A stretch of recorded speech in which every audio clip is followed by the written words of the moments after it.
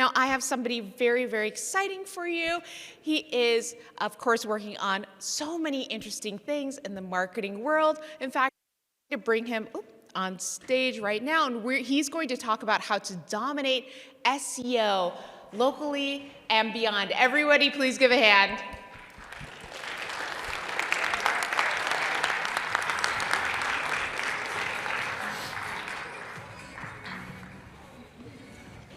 Thank you. How's everybody doing?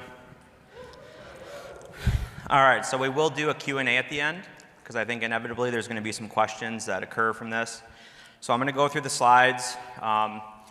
Any questions you have, write them down. We'll cover them at the end. I'll make sure that we go through as many as we can. And then I think there's an AMA at our booth tomorrow morning. Should we run out of time, I'm happy to answer any questions on this stuff for anybody. Before we get into this, show of hands, who's been doing SEO for longer than 10 years? All right, so we got a good number of people. And of those people that raise their hands, any experience with Panda and Penguin updates? All right, good, so we got some experience with that. So that's important because we're gonna kind of unpack a few things today, and I think it's really important that we look at the history of the algorithm, how it's developed over time, and it will translate directly into what we're talking about now, which is the helpful content update, Google EEAT, all these new things that are kind of, creating a very volatile environment in the SEO world, and we'll kind of discover, why that is, why it's important, how we can try to overcome that. Getting into EAT a little more, so understanding that, and for those that don't know, EAT is experience, expertise, authority, trust. Google's been using this for quite a few years, but it's become really, really relevant in the last, 18 months worth of algorithm updates, and it's kind of the core of what they're focusing on, and it has to do with a lot of the topics we'll get into. Understanding entities and how Google views entities, and so that's going to be really, really critical. And then signals, which for local is kind of like the modern backlink, and how we're generating results on the local side for clients that need to get better map pack rankings, your plumbers, your chiropractors, your orthodontists, your dentists, because the old school way of just building links and linking it to the website just doesn't work anymore the way it used to. And then kind of how to tie this all together. So we'll dig in. So what we're looking at here is for 21, 22, 23, we have 33 Google updates, right? These are large algorithm updates. And when you look at the years preceding that, 2015 through 2020, they average 3 or 4 updates a year. Why is that? Well, technology changes, and those years came right after Panda Penguin. Right? And so when you look back at those years, 2011, 12, 13, 14, very, very volatile in the SEO space. At that time, I had worked at a bunch of different agencies, and then I got a job. I was the director of SEO at EEAT Articles. I don't know if anybody is familiar with EEAT Articles, but back in the day, they were a top 50 website, and they were part of ranking strategies back then, and they had tens of millions of pages of content, all of it user-generated, and that was a part of SEO strategies back in the day. The company, I'm from Wisconsin, the company was headquartered in Green Bay, Wisconsin, and so I was very fortunate because I learned a lot there. But Panda and Penguin completely destroyed the company. And it was because their approach was flawed and their approach was wrong, and they made, I don't know, probably hundreds of millions of dollars on Google AdSense. But the way it worked was users would sign up, create an account, you could publish articles on there, similar to like Medium or these other sites, WordPress.com, Blogger. The difference was they were categorized and they ranked really well because back in the day that strategy worked, and that's how they made all their money was Google AdSense. So these users were going to EEAT Articles, publishing the content, we're taking their content, getting credit for it in Google, ranking well. AdSense ends up ranking because these websites generated, I don't know, I think 80, 90 million unique visitors a month, and some months depending on the time. Google came out with the Panda Penguin updates, and they lost 90% of their traffic overnight. And this is a company that had a lot of employees full-time, and the company is now shut down because of algorithm updates. The owner made a lot of money, so we're not going to feel sorry for him. But the impetus here is that that's how much impact Google can have if you're not willing to change and adapt with their strategies. As their director of SEO, I gave a lot of recommendations. They didn't want to listen to it. Don't know if they would have worked or not. We would have tried. And so ultimately, they kept on that path, and that was their downfall. You have to innovate, you have to be mobile, and you have to be very nimble in this environment because things are changing month to month. And in the past few months, we saw 3 algorithm updates within like a 60-day period. That's very, very abnormal in the eyes of Google even. So I show you this to understand that we're in one of those times right now, and this is a turning point where if you understand what Google wants right now, and you can implement this at a foundational level, I don't want to say it's going to future-proof you because things will inevitably always change, but we need to really be specific on what we're trying to go after. And so by focusing on these core elements that Google really wants, we can help future-proof ourselves and our clients so that they're not at risk for every single algorithm update that comes out. Unfortunately, that generally means we have to do things different, we have to maybe put more resources into things, or we have to take a different approach, and that's kind of the downside to these things. That's why Google's doing this. So before I start getting into the topics, we need to make sure that we understand Google is a business, first and foremost. They're not your friend. And they are here to make money. That's it, period. How they make money is their search engine has been the best search engine around for 2 decades, and it gets users the best results possible. And that's essentially what SEO on the organic side is doing. Google technically makes $0 from the organic SEO side. What it does is it keeps Google at the forefront and at the top of the pipeline for people to click on paid ads and interact with things that generate money for Google. I don't know what their revenue breakdown is now, but not that many years ago, 96% of their revenue came from Google ads, okay? Only around 25–30% of users on Google will click on a paid ad. So the vast majority of traffic, Google makes no money from, but they need you coming there and they need to give you good results. If they don't give you good results, you're going to go to a different search engine, and now they've lost you as a customer and they can't make any money on you. And so that's why the impetus on this is important. They're not doing these algorithm updates to upset the SEO space. They don't actually care about the SEO space. What they're truly going for is better quality results for the users so that they can sell you more through paid ads, okay? But because of that, that's why their focus is on the quality. So I wanted to show you these algorithm updates over time to kind of give you an idea that we're in that same trend right now. We're going to be coming out the other side probably by the end of this year. I anticipate we'll have a lot of clarity on a lot of these topics.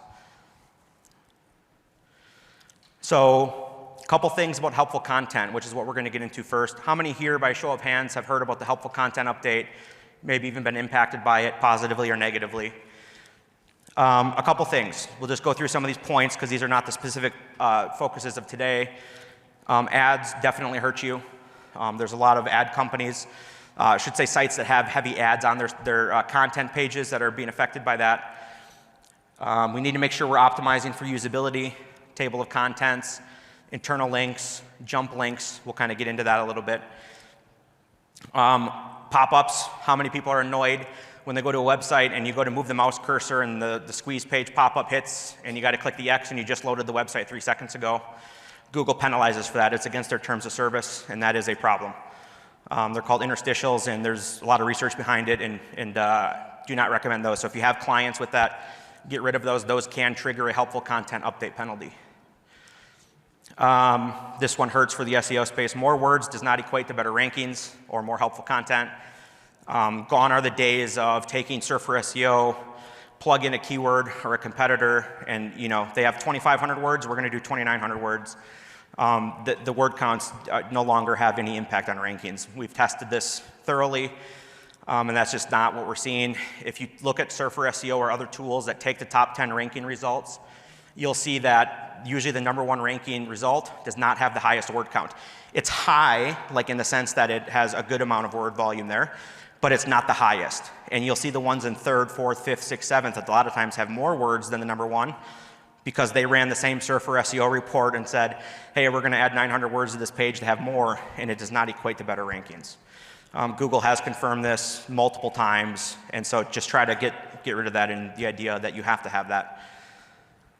Helpful actually means higher level of expertise in solving problems faster, and again, we'll get into some examples of this. But just understand these things actually do mean it, because it's hard sometimes you hear like Google's like, it needs to be more helpful, it needs to be written for the user, right? How many times have we heard it needs to be written for the user? Well, what does that mean? It means you don't stick it in ChatGPT, spit out the same content that the neighbor did, and that's not helpful, right? Doesn't mean you can't use AI content, doesn't mean you can't use other forms of content, but they need to have some sort of value proposition added to them, and that's the tricky part. But Google's looking to solve an answer or solve a need or fix something, And if we don't put that inside of the content and make it easy to access and helpful to that person, that's going to create a problem. Health medical sites, my money, my life, your money, your life, as Google refers to these, heavily impacted by this. Why? Because people are making false claims, people are making unsubstantiated claims, and that's a big problem, and Google has the user's best interest in mind by trying to make sure that the content is actively going to solve your need and not spread misinformation. Because Google's at risk if they're spreading false health information or medical information that's false or it's not accurate or true. Not that they're liable for anything in that sense, but people are going to lose trust with them and they're going to be gone. That's why you've seen a lot of health and medical sites, finance sites heavily impacted by these updates, and that's why. Quick example, chiropractic site, right? Very common in the local space, talking about curing thyroid cancer or something with, adjustments or something. I'm not even trying to dig into it to say it's right or wrong. Bottom line is Google's going to look at that and say that's unsubstantiated. You're a chiropractor, you're not a medical doctor, you don't have the proper credentials, you don't have the proper footnotes and citations to back up that claim. This is not going to rank well, and that's very, very common. Content must be helpful, and it needs to elevate the experience. So user first, helpful content. I know that's such a buzzword, doesn't mean much. We're going to dig into kind of what that means a little bit. And then too many similar topics and content pieces on the same subject. So I've been talking about this all day by people stopping by our booth. We work with agencies, and a lot of these agencies have had clients for 5 years. They're a plumber, or say a podiatrist, a foot doctor. And have been an SEO client for 5 years, and they're paying them X amount of dollars a month, and they're doing 4 blog posts a month for the last 5 years. So they're creating 4 posts a month, 50 blog posts a year, 5 years, 250 blog posts. Do you think they really found 250 engaging, riveting topics to write about for a podiatrist that people are interested in? No. So what inevitably will happen is they're creating, over 5 years, 15 blog posts on wart removal, as an example. Because every year it comes up in the content calendar, which is normal, this is part of SEO, and then we got to come up with a content topic. So they take something about wart removal, and it's, instead of top 3 things to look for in a wart removal specialist or doctor, it's, what not to look for, or top 5 things, or the latest things for 23, or 24, or whatever it is. And what ends up happening is that content is so regurgitated over those years that you have 15 wart removal pieces of content, and Google can't identify the uniqueness between each of them. Okay? And so that's just very common, and I'm sure we've all seen this, and I'm sure you guys have clients that have seen it. So the helpful content update looks at that and it says, hey, we see a bunch of blog posts, 15 of them on wart removal. What do we do with these? Well, the answer is they compete with each other. So now they cannibalize each other, and Google says with the helpful content update, hey, you have enough of these pages, we're going to apply a penalty or a filter to your website that applies site-wide. Okay, so helpful content update applies site-wide. So when there's a threshold of however many, we don't know what the percentage is, and I'm not saying it's a percentage, but when Google clearly identifies that there is a pattern of unhelpful content, enough pieces of it, enough volume, they apply a site-wide filter. Okay, that's different than a core algorithm update, which can do individual pages. So you can be impacted negatively where you lose traffic after a core update. Okay, these are the broad core updates. Typically, Google does 3 to 4 a year, sometimes 5. These are not the helpful content updates that we're talking about right this second.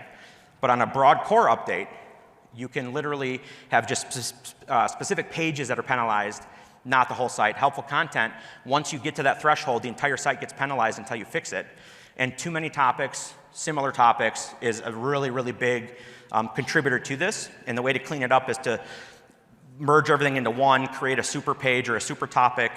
Usually you try to find the one that's still ranking that didn't lose the rankings, merge all the others in with a 301 redirect, and move on. And then you see if you can recover in the next 30, 60, 90 days. Some very common issues, like I said, too many ads on the site, the pop-ups. We just talked about too many existing similar pages or blogs around the same topic. Again, creates keyword cannibalization.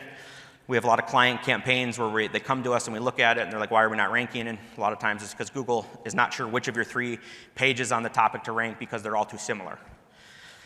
Lack of unique content. This is a problem. This is a problem that used to be with the Panda Penguin updates, okay? Basically, people would take a good source article and they would spin it in an article spinner and pop out 50 versions where it takes synonyms and it just replaces them, and you technically get all these unique articles because they're not plagiarized, but they're not super readable, and that's what Google cracked down on 10, 12 years ago. What we have now is just lack of unique content.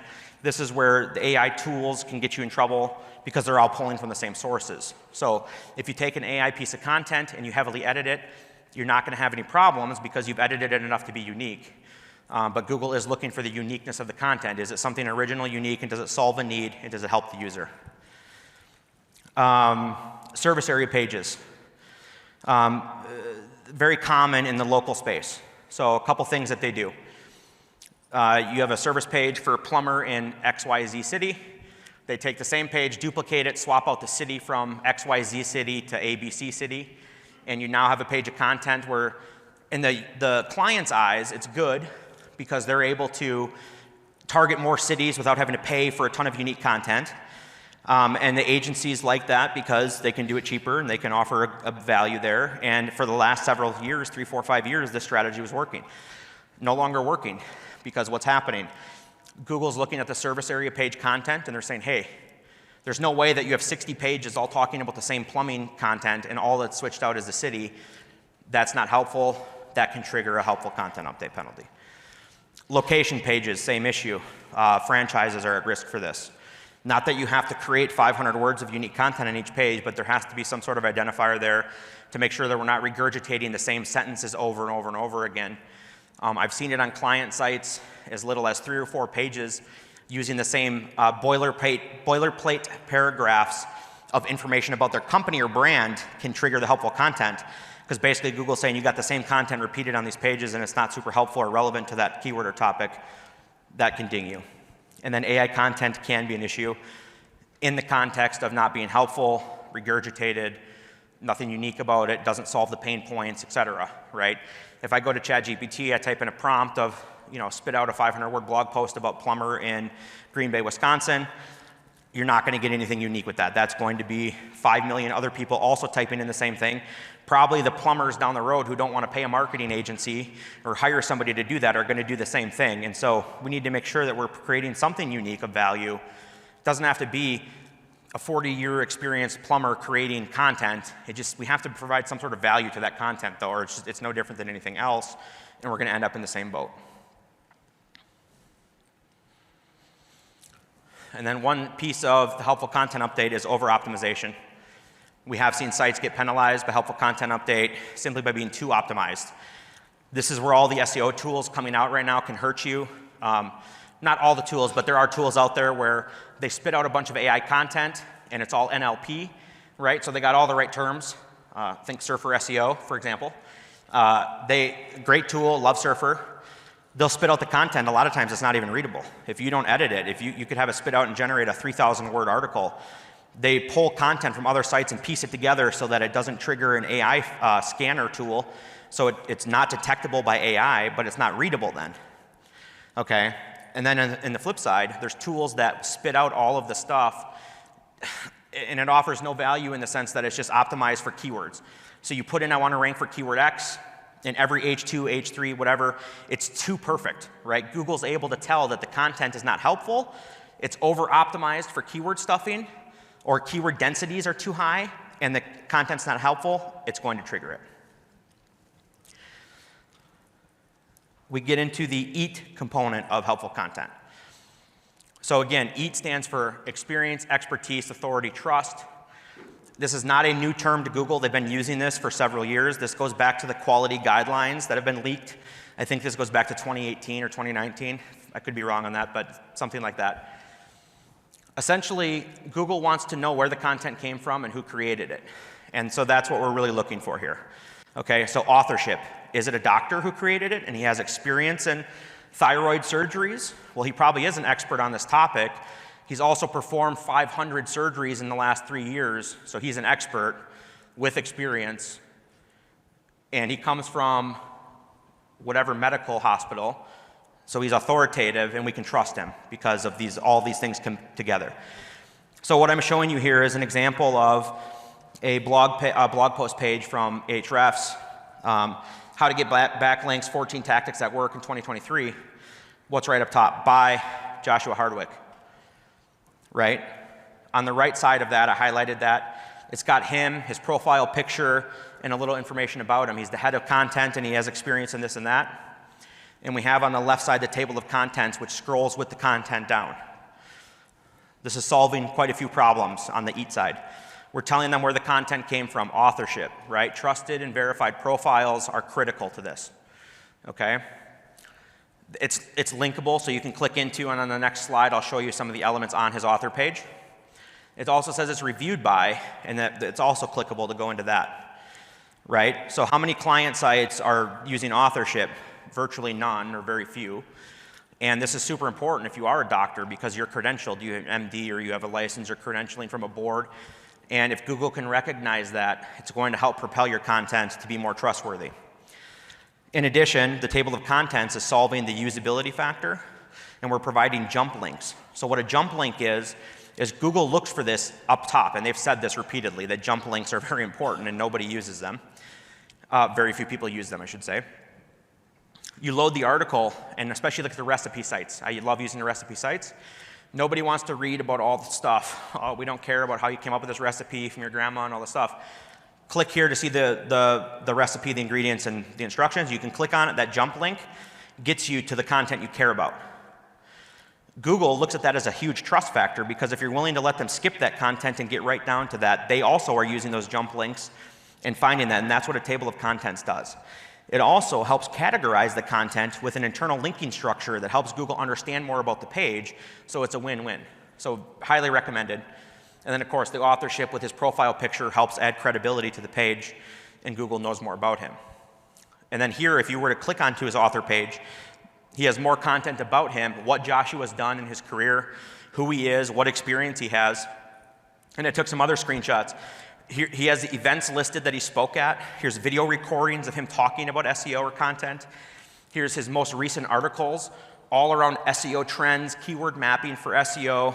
So when Google sees this, are they able to tie this to a verified content creator and say, well, we know enough about Joshua, we can trust this content? I think we would all agree yes, right? And it was not written by some random guy who doesn't know anything about SEO. So with that, we get into entities, okay? And that's what I've been talking about. The business brand is an entity. The person is an entity, right? So you have a doctor, he's an entity, but he works at a hospital, that's an entity as well. The reason entities are so important is because Google has the knowledge graph. By a show of hands, how many people are super familiar with the knowledge graph and understand how that works? Okay, good, so we got some hands. This is important because Google loves to feature and favor brands. And the short answer is why? Everybody says, oh, they want to put the small guy out of business. No, they don't care. They just care about people clicking on ads. Why are they okay with big brands? Because it's safe to send you to Amazon. It's safe to send you to Best Buy. Nobody's getting ripped off. If you get ripped off on Amazon, you'll get your money back. You're guaranteed. Jeff Bezos will guarantee it. You're good. You're getting your money back. So they love brands because it's safe, and it'll make sure that they don't get screwed over so that they come back to Google for the next set of questions or problems they have, and then they can try to click on an ad and make Google money. So with that being said, entities are four things: person, place, thing, and ideas. And I'll give you some quick examples of what these look like. This is what's popping up, what's called a knowledge graph panel, basically. And it's Elon Musk, obviously. Everybody knows who Elon Musk is. What is it doing there in these different panels that pop up? What is Google showing us? They have a knowledge graph panel on Elon, and they know everything about him. His pictures, what he looks like, his videos, his age, his net worth, his children, links to all sorts of random stuff. They have links to his social things, podcasts that he's featured on, because he's an entity inside of the knowledge graph. Okay? And you can actually take the knowledge graph and you can get a unique user code, which is Elon Musk's unique knowledge graph user code, and you can put that in links, you can create backlinks to it, and it will trigger this knowledge panel. That knowledge graph is how Google understands everything on the internet, okay? Another example is a place, Milwaukee, Wisconsin, okay? Random city in the middle of Wisconsin. Google has a knowledge panel for that. Why? Because they're an entity inside of the knowledge graph, and we'll get into why these entities are important. You can see they have information there. They have the map. They know that Harley-Davidson has their headquarters there, and they know the weather and temperature and other information about Milwaukee, places to visit, eat. People love this about it. And they have their own knowledge panel, okay? And it's just the city of Milwaukee. They've done nothing to optimize for that. But Google knows enough about that to put them inside the knowledge graph. A thing, okay? And a thing is kind of random, but just grab the UFC as an example. It's a brand, but it's not a physical location. It's the Ultimate Fighting Championship, right? The UFC has tons of different knowledge graphs inside of Google. Everybody's heard of Dana White probably, right? So Dana White has his own knowledge graph. So does Conor McGregor, so does everybody else. They all work at the UFC. The UFC is also a brand, but in this case, it's showing up as a thing because they're showing you different events and things like that they're running across different parts of the country, right? And again, it pulls up a knowledge panel, and in this case, they're pulling up fight cards from the UFC automatically to show you on Google's results. So if there is a live pay-per-view fight for the UFC, you can refresh Google, and as soon as somebody's announced a winner or loser, it'll update on here, and you don't have to buy the pay-per-view. I mean, you don't get to see the fight, but you can see the results in real time. Same thing with if the Green Bay, I'm from Wisconsin, if the Green Bay Packers play, you can type in Packers score, you get an entity for a thing, right? It's not the Packers, it's the Packers score, that's a thing, and Google's pulling that data in automatically, and as soon as they score a touchdown, within 10 seconds, it's updated on Google, because they have this in place with the knowledge graph and the entities. And here's an example of mass energy equivalence is a idea, and so Google even has these things inside of the knowledge graph, and they know everything about it, and they spit out the formula. They have all the associated information. They understand where it came from. Why are these important? Because we need to connect entities together in this day and age to get results on Google. So Google wants to trust a brand, but if you don't have a knowledge graph, Google doesn't trust you by default. Doesn't mean you can't rank, okay? Non-competitive niches and industries, you can of course rank without being on the knowledge graph. I'm not trying to say that, but it makes it difficult, and it's an uphill battle. What's important to understand is the business has its own brand, an own entity, an own knowledge graph ID inside of Google. The owner behind the business also will have that, assuming he is well-known enough or would like to build that up. As an example, a doctor who works at a hospital. Hospital has a knowledge graph, doctor has a knowledge graph. Two different entities, but when we link them together, what does it create? It creates authority, experience, expertise, and trust. A hospital, by and large of itself, can't have any experience or expertise. They need people inside of there with that. That's the doctor doing the surgeries, okay? He brings that experience and expertise component. This is no different than if you had a plumbing client or a chiropractor. You know, XYZ Chiropractic, they have a doctor. He's a doctor of chiropractic. He has credentials from a board-certified panel, and he should be working to build up his entity, and you should be authoring that content underneath him at the website so that they know that it's coming from somebody who actually has experience and expertise in that field, and that's going to help you. Employees at a business. So you can have a business that has a lot of employees. You're going to have a lot of different people there who have experience. They also can be an entity and should be treated as such to try to build up their knowledge graphs and knowledge panels. The city they're in, their Google business profile listing, which is where we're starting to get into the local side of this, is an entity.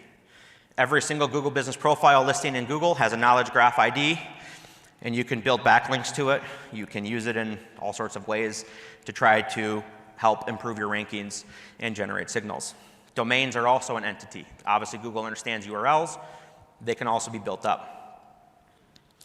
So how entities tie into EAT? They make connections between business and the people there, right? And so, again, we're taking a brand and we're saying, how do they have experience and expertise? Oh, because Dr. So-and-so works there. Now that Google sees on the website for the brand entity that they have About Us, which clicks into each doctor who works there, oh wow, so now we know that this hospital has experience in, you know, heart surgery, brain surgery, cancer surgery, et cetera, because they have all these different doctors who we know are experts in their field work there. And if those people are associated with different pieces of content, it makes it real simple and easy for Google to associate that content with them. Author pages, right? So Google is very clear on this. The quality rater guidelines that were leaked from them multiple times are telling human quality guideline raters When you pull up the website and it's for a brand, you go to the About page. About page should be about the company. And if there's an owner on there who is associated and it should be his own entity, they should be able to click into him to read more, but his bio should not be on that About page. About page for the brand should be about the company. And then you click in to have author pages or bios for each of the doctors to give more information on them. So a big mistake a lot of companies make is they do an About page and they have all these employees listed. It's not what Google wants to see. It's not correct. Doesn't mean it won't work. Google's smart enough to still piece it together, but we want to give them what they want. So we want to give them a ton of information on the brand on the About page and have separate author pages or bios for the individuals, whether they're doctors or not. Could be painters. It could be construction workers who are executives who have 40 years experience in the industry. They're still experts at what they do, and they need Google to understand that they're an expert at what they do. Bio blurbs and photos and sidebar on associated content, things like blog posts. So again, if we have a blog post on top things you're looking for when a doctor wants to rank for something about heart surgery, letting them know that you're an actual heart surgeon, you're probably going to trust that article and believe what that doctor is saying, as opposed to some random thing on a random Reddit thread or something like that for somebody who we know is not an expert. So Google is looking at that to how to get that experience, expertise, authority, trust relayed into each piece of content. The company About page, location pages. Location pages are super important in the world of SEO. You think of a franchise, you think of a Roto-Rooter, you need drain cleaning services. You go to Google, you type in emergency drain cleaning in your city. You're probably going to find a Roto-Rooter that ranks or near the top, and you're going to look at them and compare the pricing or whatever it is. Most of those don't have their own website. They have a really shitty corporate website, and they have thousands of location pages, and each location page is doing at least a couple things right. It's linking to the Google business profile for each Roto-Rooter on that individual page, and it's mentioning that city, and it's giving those necessary signals and letting them know that, hey, it's Roto-Rooter, it's a big brand, Google knows who that is with the URL and the trusted brand entity information inside of the knowledge graph. We don't know this end Roto-Rooter, though, who's only got 20 reviews on Google, but because they're linked and the main Roto-Rooter site is linking to them from that corporate website, they're the franchise site, they're probably going to rank a lot higher. And that's why you'll see sites that are not optimized well, but big brands rank well sometimes, is because they're trusted still. It's a trusted source. And then schema. Schema is super important. Schema is hidden markup code, for those that don't know, that we can put on a website, and it gives Google a ton of information about whatever it is we want them to know about. So people are like, well, I'm not going to take a service page website on my orthodontic website practice and say it was written by Dr. So-and-so. I'm like, I agree. It would not look right. It would kind of look tacky. So we can use schema for that. We can tell Google that the author of this page and link to that author page and link to that entity and a knowledge graph URL and ID if you want to get really in-depth into that. So signal generation, the new links for local, right? This is why it's all tying together. How do we tie these entities together? So we know that the brands have an entity. We know that the business has an entity, the GBP, people, places, things all have entities. How do we tie them together? How do we take the old school idea of link building and turn it into something functional for local? And that's signals, right? So user signals are much stronger than link building, right? On the organic side, we can write a nice article, make a guest post link on an authoritative site, link back. We'll see our organic rankings go up on a national side. On a local side, you can do that and get nothing because Google has two algorithms. They've got the organic national side, they've got the local map side. They are two different algorithms that do talk to each other, but the local side, we really need to be generating signals to get them to rank better, okay? And so how we're going to do that is by using things like the knowledge graph links and URLs. There's a CID link, so every Google business profile listing has a unique CID link, which if you Google it, you can find out how to grab that. And you can build backlinks to the individual GBP listings. And we've tested this in depth and see a lot of results from just linking to the GBP directly as opposed to the website. You can link to both, but making sure you test that. But user metrics are important. Somebody who's got a verified and aged Google account and they go leave a review will do more for rankings than doing 10 links, okay? So we cannot fake user signals. They're very difficult to fake. But that's ultimately what Google's looking for is trust in signals. So when we do this, we developed a link building strategy that for local, we'll take the client's Google business profile listing. We write a 500-word article. and it's contextually relevant around the keyword. So maybe it's just say, we'll just use a painter, residential painter in XYZ city. And so we write an article talking about that brand and what makes them unique and good as a painter. And then we'll link to the website with anchor text in the top or bottom. And then we'll link to the GBP profile, the listing directly, using their CID link or their knowledge graph link. And then what we're going to do is not only is the content contextually relevant, we link to the website and their GBP listing, but we're now going to embed the GBP listing in the articles, right? So we take Google's embed code, embed it into the article, and then get that published on websites. Similar to how we would do a guest post, but we're now embedding the Google Business Profile listing. Every time that that's viewed, every time that page is loaded, it generates a signal that Google can view and read, and then that's going to ultimately help those map pack rankings a lot more than just doing a guest post link to a website. And you'll notice you could do link building until you're blue in the face for some clients and they don't get any movement in the map pack.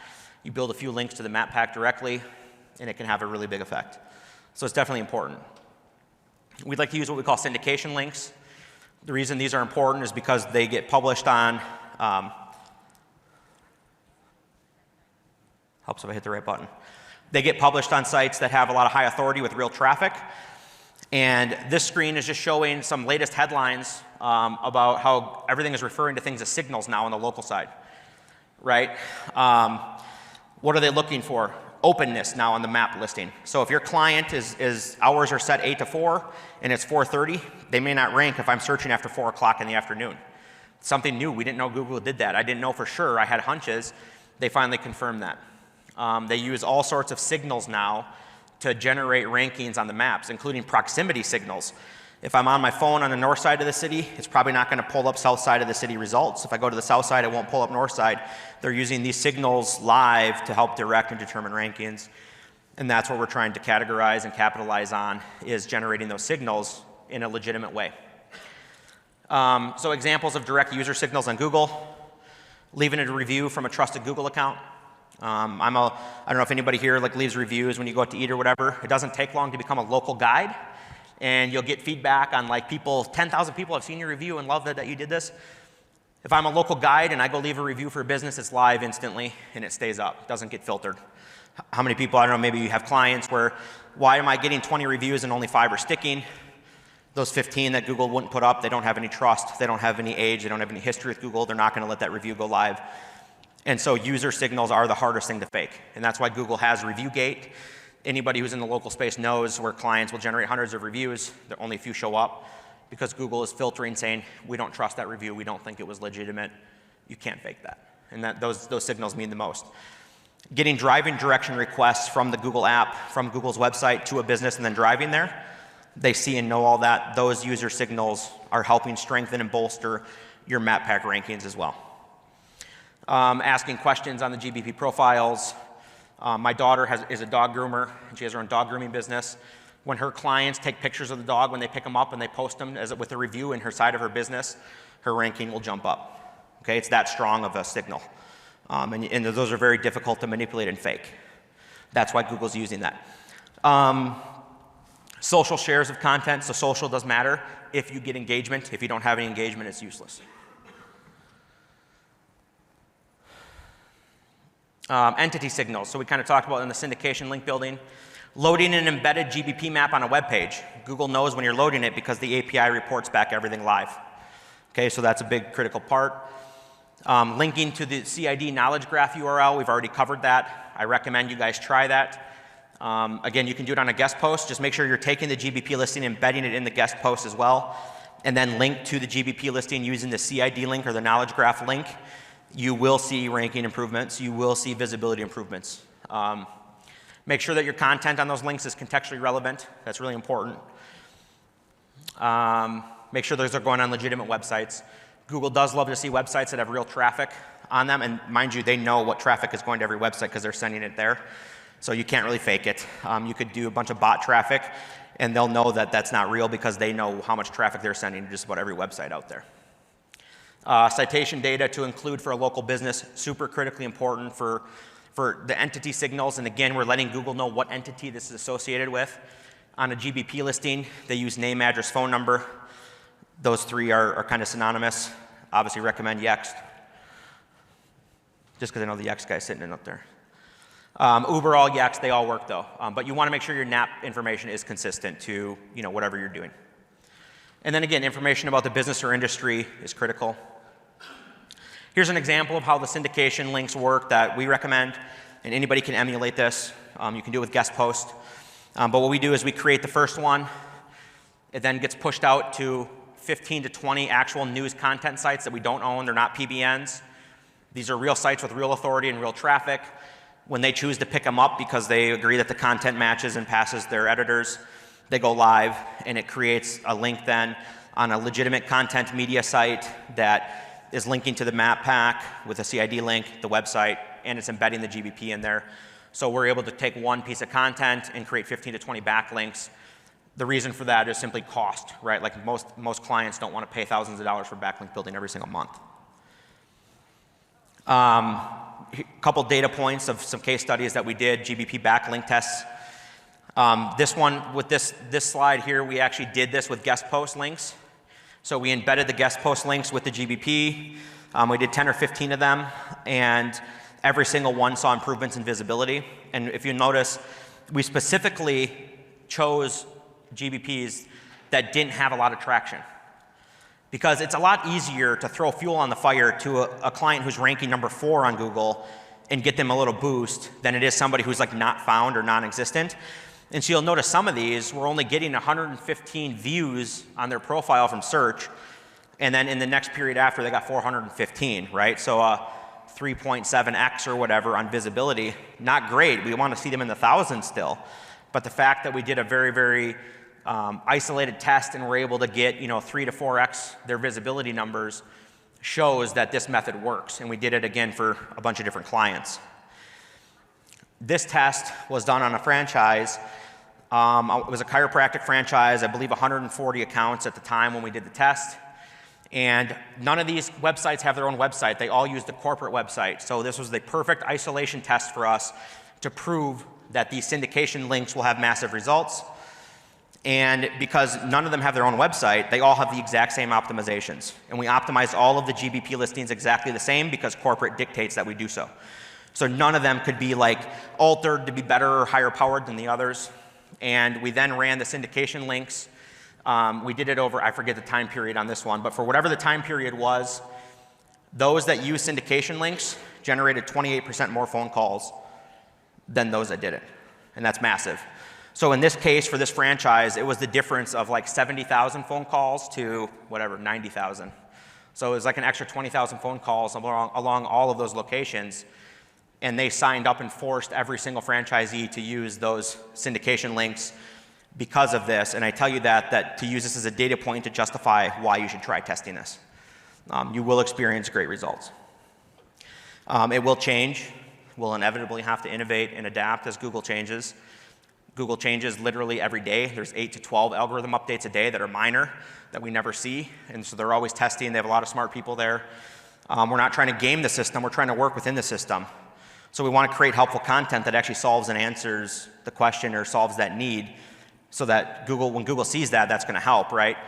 One thing when you're creating that content is make sure that answer is up top, right? So that's one thing Google looks at, and that is a ranking factor is, are we solving the question or the need up top? And so we want to make sure that we are. Here's an example of local SEO website structure. Don't worry about, you're not going to be able to see it. But on the next screen here, we have the QR code. That local structure will help you guys. That'll be part of it. Trying to think if there's anything else. I think, there's a lot to this. Like, I'm not trying to bore you guys, but you need to understand where Google's going so that you can adjust your strategy to adapt to that so you're not here in 3 months, 3 years. We want to try to future-proof ourselves so that you're providing value to your clients and you're able to get the results, whether it's your clients or you're doing SEO for your own brand that you work at or a company or your organization or an enterprise. All of these things hold true, and I will say Google's going to continue cracking down on these. It's not going to get more lenient, it's going to get worse. And so if you are refusing to adapt and work within this framework, you will struggle. You're going to have a lot of clients that get penalized. We follow the framework, and we still have sometimes clients getting penalized, but we found what ways we can utilize to work them out of that, and that's what I'm trying to share with you guys today is understanding how entities work together, why we want to generate signals on the local side. If we're an e-commerce site and we're doing it on a national level, we can get away with not having as many signals, but that's where Google's headed, right? We want quality content that's actually solving a need. So hopefully that helps everybody. We'll be doing an AMA tomorrow morning at our booth, I think 11, I believe. So please stop by if you have questions. I would love to answer any questions in detail. Happy to look at your website. I'll pull it up and some different tools, and we'll go through it and see what we can find out. So thank you, everybody. Thank you so much, David. Another round of applause for such an interesting session, especially on all of those structures. Very, very cool. I want to remind everyone that there is a great networking party tonight at the Brooklyn Bowl. It's at 8 p.m., so make sure that you sign up RSVP on the app. Does everybody here have the app already? Raise your hand. Yeah, let's see those hands. Great. So make sure you RSVP, and the Brooklyn Bowl will be very, very fun tonight. And if you have any questions, of course, there's, once again, the AMA at the booth tomorrow. Thank you, everyone. Thank you.